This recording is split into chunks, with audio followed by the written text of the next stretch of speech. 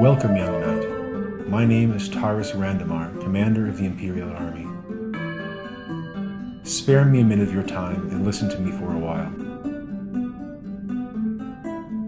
During the Sundering, that terrible battle against the elemental lords, we managed to defeat our enemies, push them back to their elemental planes, and close the rift that connected our worlds, but our empire lay in ruins.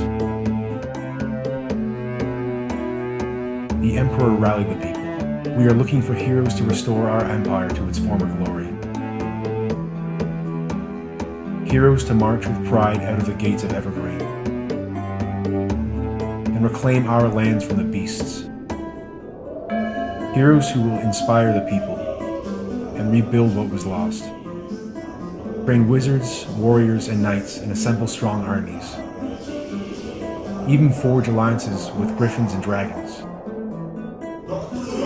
Heroes to expand into the Crimson Forest, the Cloud Peaks, the Badlands, in search of new adventures and hidden treasures. Who knows? Maybe you can build your own portal to the plains. Take the fight into enemy territory and avenge the destruction they brought upon us.